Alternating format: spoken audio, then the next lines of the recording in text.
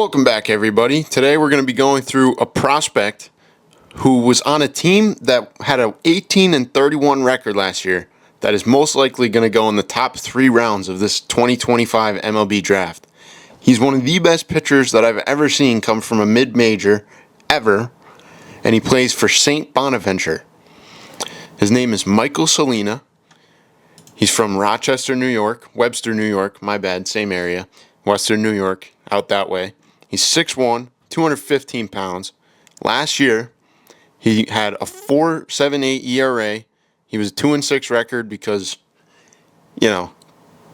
lower level D1 team playing higher level teams, you're not going to have a great record regardless. You're just not going to get the run support facing great pitchers, greater teams. It's just not going to happen. 12 starts, 58.1 innings. He had 23 walks, so he's walking half. 64 Ks, really, really good pitcher. And this is the reason that I think he's going to go in the top 3 rounds. So if you look at their record from last year, they're 18-31. They played some good teams, don't get me wrong. They definitely had their work cut out for them. They were playing some serious teams. Louisville, Middle Tennessee, those are both really good teams. Penn State, George Washington's honestly pretty good too. And they're in the A10. They're in a rebuilding phase. They have a great coach behind them. He won the JUCO D3 World Series with Herkimer a couple of years ago. I've never met him, but I have a lot of respect for that guy. I think he's a great coach. I've only heard good things from anybody I've ever known that's crossed paths with him. And I think he's going to turn St. Bonaventure around and become a powerhouse in the A10. Definitely a powerhouse for New York kids to go to school there. And my thought process so far is these guys are going to turn into a powerhouse over the next couple of years, and this guy is going to spearhead it. The coach, and then this kid being so good and being a poster child for the program when he goes top 3 rounds this year. So if we look at his stats, he started at George Mason. He had a 2.61 ERA, only had 10 innings, but he threw really well. He had 11 strikeouts. 7 walks, so it's not great. He was definitely a little more stuff over command at that time, but he also didn't get a lot of opportunities, and it's hard to be sharp when you don't have a lot of opportunity. So the next year, he goes and transfers to St. Bonaventure. Who knows why? Probably fit, didn't get as many innings as he had hoped. He goes 58.1 innings. He's the ace of the team. 23 walks and 58 innings, like I had said. And then he goes on and plays in Cape Cod. So he plays for the Brewster Whitecaps, 5 innings, 3 walks, 3.6 ERA. He's just putting up good numbers. And now we're going to go into why I think this is such a crazy case. He was up to 91 in high school. Usually PBR, you're either peaking or you're a little below what your best is. So we'll say he was around 91. Maybe he was 93, maybe he was 92, somewhere in there. But then, this is what he became. This fall, he hit 102. He threw 4 pitches over 100 miles an hour in the cold Northeast. And look at this. It's just electric. This is a video from the scout. So here he is, playing Penn State. 101, right by you. Just rewatch that again. This is ridiculous. He's put on a lot of size. And he's listed at 6'1", 215, where at George Mason he was 6'1", 180. So 25 pounds is quite a big jump. But then you watch that. Then this is him pitching for Brewster this past summer. Really good slider. Really good fastball. It's got good ride. He doesn't get a ton of tail on it. It's just invisible. Goes straight.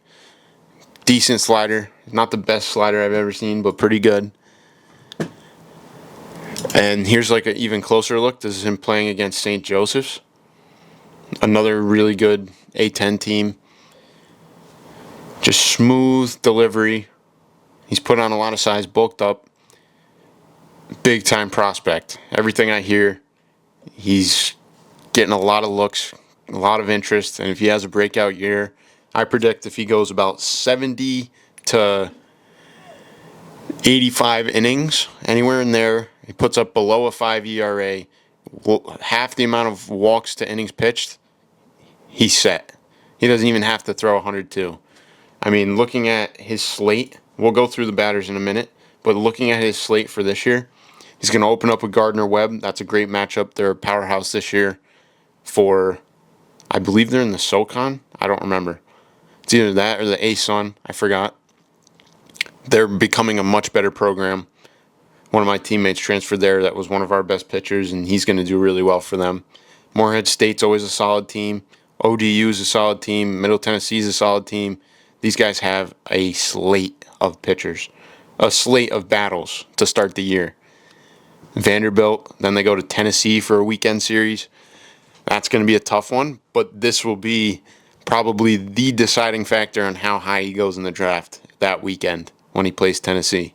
Because if you do really, really well, his stock is going to go through the roof. Like if he holds Tennessee at bay and can contain that lineup in their home park, it's a wrap. He's going at least top 3 rounds, if not even potential first rounder, if he has a game against them. All he has to do from there is coast and put together solid outings every weekend, and it's over. He's going to be a big-time prospect. If he can dominate Tennessee, which is a very tall order given how powerful their lineup is, that's going to be big time. If St. Bonaventure can make a playoff run where they get into the A10 tournament, that's another added bonus for their capabilities. I think that they're definitely going to be better than 18-31 this year, even though they have this stacked of a lineup to start the year. I think in the A10 they're going to be able to hold their own. I bet over 20 wins this year, and this guy's going to spearhead it. So let's watch him a little bit more in depth first batters here. He's got like a fastball with a slight cut. Occasionally it'll stay straight, but I notice he pulls it sometimes and it cuts. So he's more of a supination bias. That's why he has a really good slider, as you just saw right there. I don't remember if he throws a changeup. He could just be fastball slider, and that can maybe hurt his stock, but I bet he has a changeup. That was a fastball. The slider is good. Really nice high slot guy. I could project him going into a farm system where like maybe he gets picked up by like the Angels or something, where they fast track people. This guy could be a fast track right to the big leagues for sure. I mean, if the Angels somehow found a way to just be like respectable and get into a wild card spot this year, which I highly doubt, but you never know. I could see this dude pitching in a late game mop-up situation and just coming into the game and dominating right now. Like he's capable of doing something like that right now. I think he's profiling as a starter, but he definitely has relief potential to be a guy that goes in, gets 3 outs every other day, and that's his job. So the sky's the limit for this guy. Crazy potential, really good baseball player, and an extremely bright future. I don't think he throws much harder than 102. It's kind of hard once you're up at that level to increase velocity. Maybe he hits a 103 or something this year. Who knows?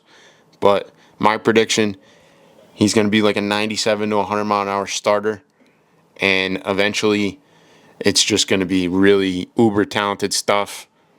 And if he can develop a changeup, which I'm sure he's been working on this offseason just to have a third offering, it's going to be lights out this year. So I fully expect dominance from him across the board. He's going to be a winner. This team is going to be on the rise. They have some great transfers that came into their program that are going to assist them. I mean, let's just look at his mechanics right here, too. This is how he's throwing 100 plus. He is more of an internal rotator. He just sort of doesn't get a lot of hip rotation. He moves more on the linear end, but he gets good separation points. Let's try to stop it at the right point here. Ready? There. Okay, good layback. Super stable front leg, so that's what saves him for the velo. But I want to try to get his separation point. Ready? Here. Yeah, oh, I screwed it up.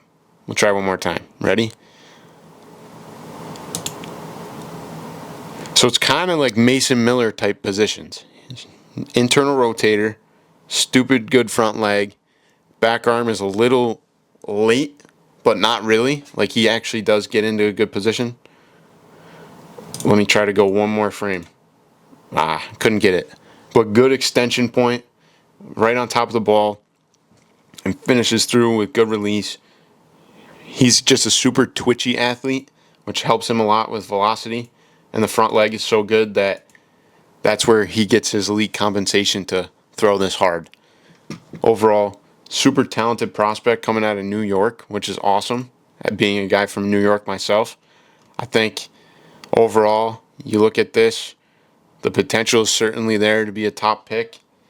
I don't think he's going to have the buzz of any other players, like of some of these top first round guys.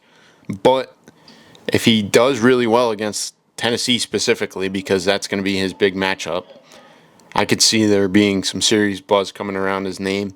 And I'm sure I'm definitely going to be covering it. So, Michael Salina, 2025 season, going to be an absolute dominant force for St. Bonaventure, regardless of how it unfolds. But I could see his draft stock flying off the charts if all goes well and he gets the success that he's expecting for himself. So, overall, I mean, he's putting on size, putting on weight, trying to throw harder, be more sustainable with that velocity. I think this dude's going to be a stud. Let me know what you guys think, other prospects I should cover, and we'll see you guys next time.